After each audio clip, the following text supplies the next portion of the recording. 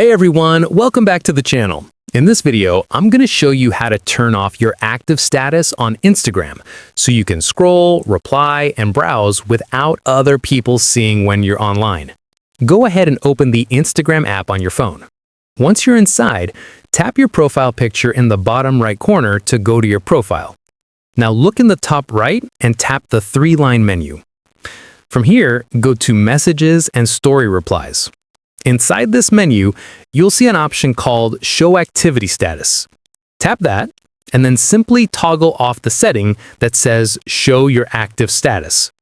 Once this is turned off, people will no longer see the green Active Now dot or your last active time. Just keep in mind that this works both ways. Once you turn off your activity status, you also won't be able to see when other people are online. And that's all there is to it. Your Instagram browsing is now private. If this helped you out, make sure to like the video, subscribe, and comment what Instagram trick you want me to cover next. Thanks for watching, and I'll see you in the next one.